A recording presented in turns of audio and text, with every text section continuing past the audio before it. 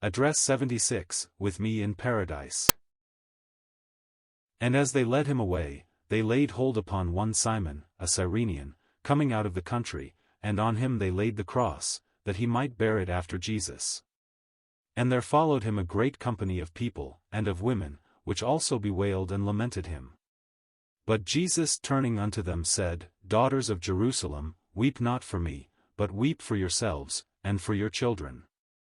For, behold, the days are coming, in the which they shall say, Blessed are the barren, and the wombs that never bare, and the paps which never gave suck. Then shall they begin to say to the mountains, Fall on us, and to the hills, Cover us. For if they do these things in a green tree, what shall be done in the dry?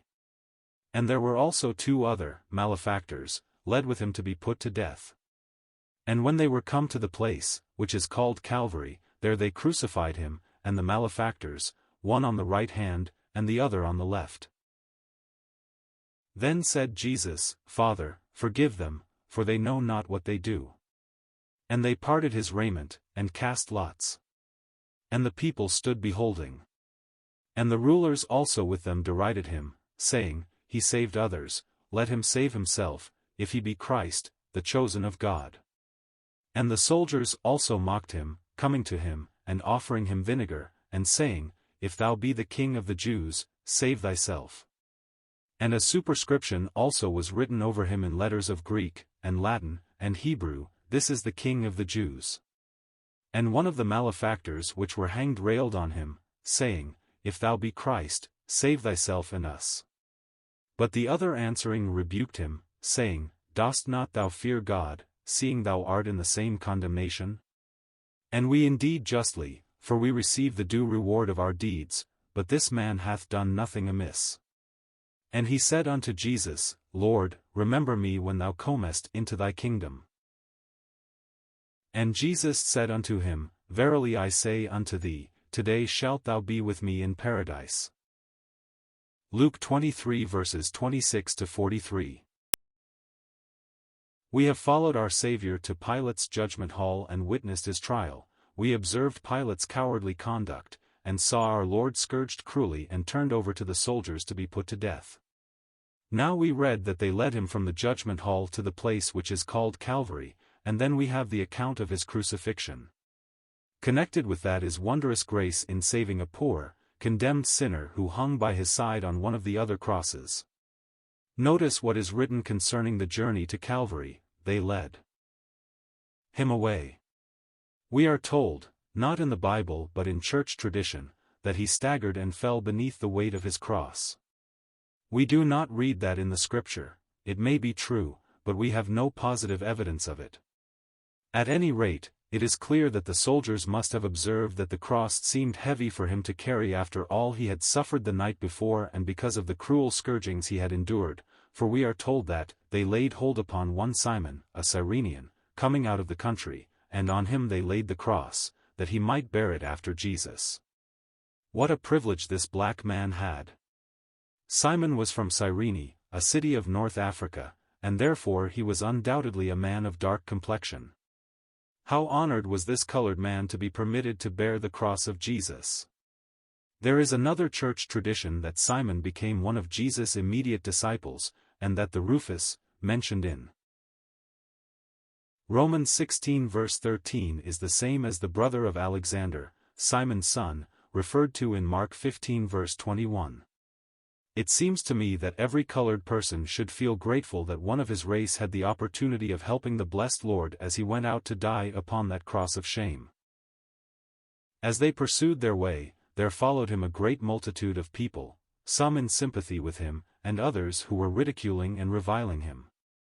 Of the sympathetic group there were a number of women who bewailed and lamented him, but Jesus turned to them and said, Daughters of Jerusalem, weep not for me, but weep for yourselves, and for your children. With prophetic eye he beheld Jerusalem surrounded with the Roman army and undergoing awful horrors, when conditions should become so terrible on account of famine that even tender women would devour their own children. This awful cannibalism had been predicted by Moses, Deuteronomy 28 verses 53 to 57. Our Lord foresaw that all this would come because the people had turned away from God and knew not the time of their visitation.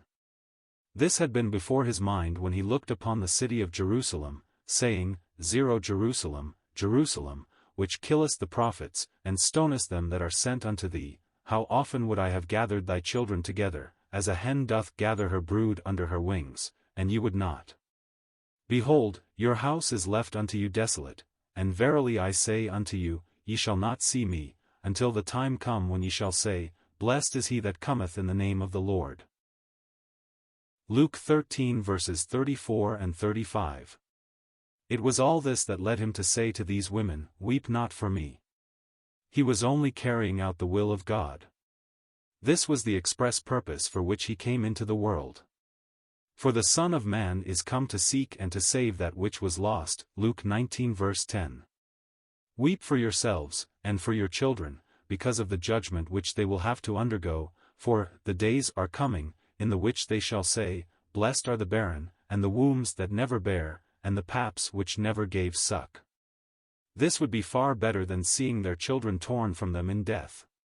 He added, Then shall they begin to say to the mountains, Fall on us, and to the hills, Cover us. He was speaking of Jerusalem.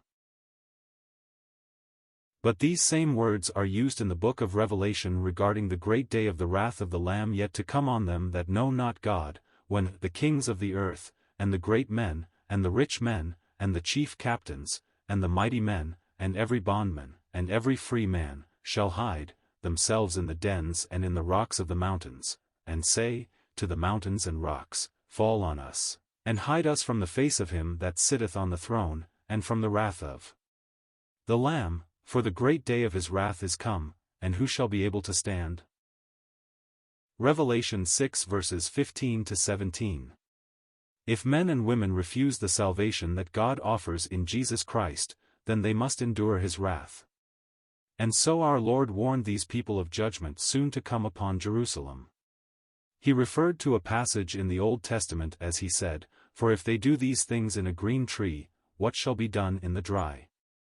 In Ezekiel 20:47, the prophet was told to prophesy against the forest of the south, Hear the word of the Lord, thus saith the Lord God, Behold, I will kindle a fire in thee, and it shall devour every green tree in thee, and every dry tree, the flaming flame shall not be quenched, and all faces from the south to the north shall be burned therein.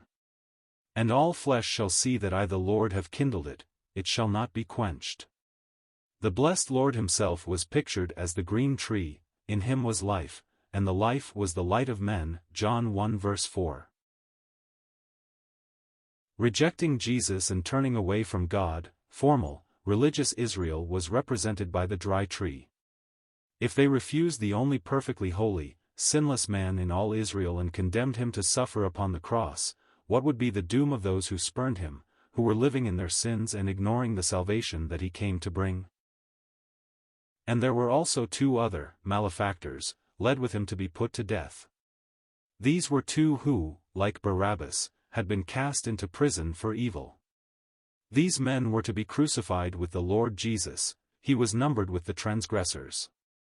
And when they were come to the place, which is called Calvary, there they crucified him, and the malefactors, one on the right hand, and the other on the left. We have to go to each of the 4 Gospels to get the full account of what took place on Calvary. In fact, I probably should not have used that expression, full account, for we will never know exactly what took place there until we stand in his presence and look upon his blessed face, and then we shall begin to understand what it really meant for him, the Holy One, to put away our sins. But we have to consult each of the 4 Gospels to get fuller details of what took place. One writer tells some things, another gives additional details, and if we take them all we have a very comprehensive and graphic account. Here we are told of the prayer of the Lord Jesus as he hung on the cross.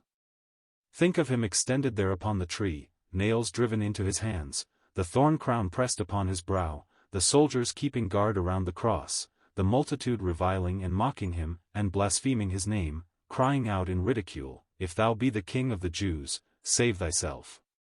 Matthew also tells us they cried out, He saved others, himself he cannot save. They did not realize the truth of that statement: if he was to save others he could not save himself, he must endure the suffering in order that we might be delivered from the judgment that our sins deserved.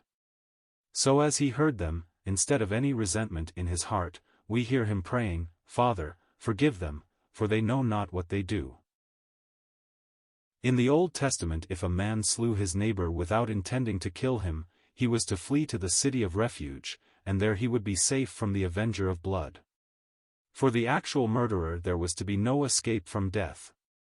God said, "Whoso sheddeth man's blood, by man shall his blood be shed." Genesis 9 verse 6. But he made a distinction between a willful murderer and one who slew in ignorance. So Jesus, by this prayer, "Father, forgive them, for they know not what they do," put them on the ground of manslaughter rather than of deliberate murder. After Pentecost, Peter declared that, "Through ignorance ye did it," Acts 3 verse 17. In speaking of the rulers of the Gentiles, Paul said, "Which none of the princes of this world knew, for had they known it, they would not have crucified the Lord of glory." 1 Corinthians 2 verse 8. They did not understand, they did not know who Jesus was, they did not know what they were doing in delivering him up to death on the cross. The Lord said, as it were, "Father, open the door to the city of refuge, and let them flee from the avenger of blood." And, thank God, all who have fled to Jesus, who is himself the city of refuge, have found security from the judgment which sin deserves. Some say the prayer of our Lord was not answered. Yes, it was answered. In this way, God did not treat them as murderers, but he opened up the way of salvation for them. If men deliberately and willfully spurn the offer of mercy which is through our Lord Jesus Christ, then they put him to an open shame and crucify the Son of God afresh, and there is no hope for those who persist in rejecting Christ. They are adjudged guilty of the murder of the Son of God. If I am addressing any unsaved ones, any who do not know the Lord Jesus, I plead with you to come now to God through Christ, flee to the city of refuge which God has provided. Receive him as your Savior and thus be assured of a glorious welcome. The soldiers below the cross parted his raiment, and cast lots. This had been prophesied many years before. In Psalms 22 verse 18 we read, "They part my garments among them, and cast lots upon my vesture." That scripture was fulfilled that day when Jesus died in our stead on Calvary. We read, "The people stood beholding. And the rulers also with them derided him, saying, He saved others, let him save himself, if he be Christ, the chosen of God." The Roman soldiers joined with his own people in ridiculing and mocking him, coming to him, and offering him vinegar, and saying, "If thou be the King of the Jews, save thyself." We are told that Pilate caused a superscription to be written and put over his head. In those days when a man was crucified it was customary to write his sentence on a tablet and nail it to his cross. This superscription was written in Greek, the language of culture, in Latin, the language of authority, and Hebrew, the language of religion, "This is the King of the Jews." All passing might see that he was crucified as an insurrectionist, which Pilate knew was not true. The rulers came to Pilate and said, "Write not, the King of the Jews, but that he said, I am King of the Jews," John 19 verse 21. By this time Pilate was out of patience with them, and he said, "What I have written, and he let the tablet stand. The last that those men saw of Jesus was as he hung on the cross with the superscription above him, proclaiming him to be King of the Jews. He was God's king, and God has said in Psalms 2 verse 6, "Yet have I set my king upon my holy hill of Zion. And in time the Jews will gladly own him as Lord of lords and King of kings." We read that one of the malefactors which were hanged railed on him. Both of them railed on him at first and said, "If thou be the Christ, save thyself and us." But suddenly divine conviction laid hold of one of those men. As he gazed upon the holy sufferer on that central cross, possibly as he heard him pray for his enemies, he seemed to realize who it was who was there being crucified. He rebuked his fellow malefactor saying, "Dost not thou fear God, seeing thou art in the same condemnation?" And we indeed justly, for we receive the due reward of our deeds, but this man hath done nothing amiss. He seemed to sense the perfect holiness of Jesus, and in vivid contrast he saw the sinfulness and wickedness of his own life and that of his companion. But this man hath done nothing amiss. What a declaration at such a time! Years before Isaiah asked the question, who shall declare his generation? For he was cut off out of the land of the living, Isa. 53:8. Someone has translated that question, who shall declare his manner of life? Think of the declaration coming from a dying thief, hanging by his side, this man hath done nothing amiss.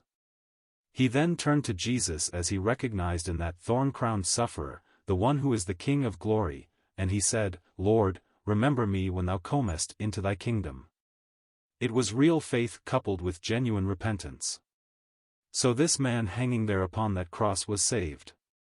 Jesus said, as it were, you will not have to wait till I come into my kingdom, today shalt thou be with me in paradise.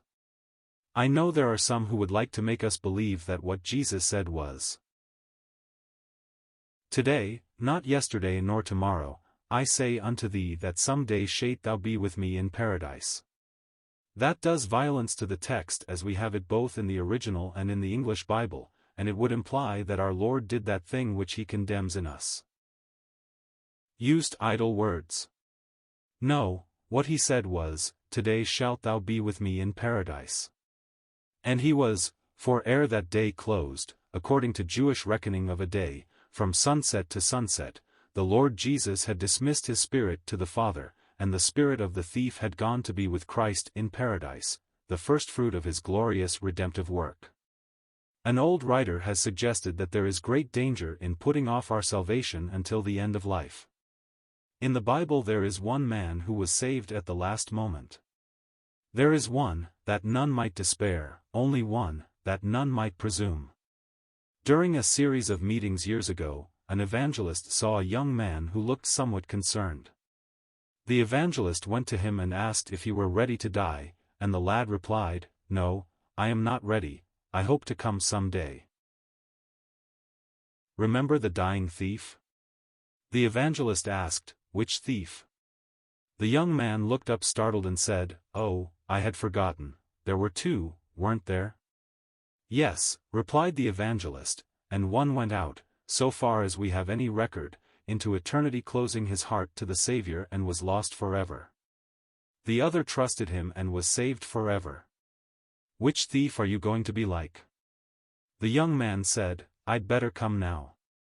And he closed with Christ that evening. Think of the grace of the Lord Jesus Christ to a dying thief, and remember that salvation is for you if you will fully trust him.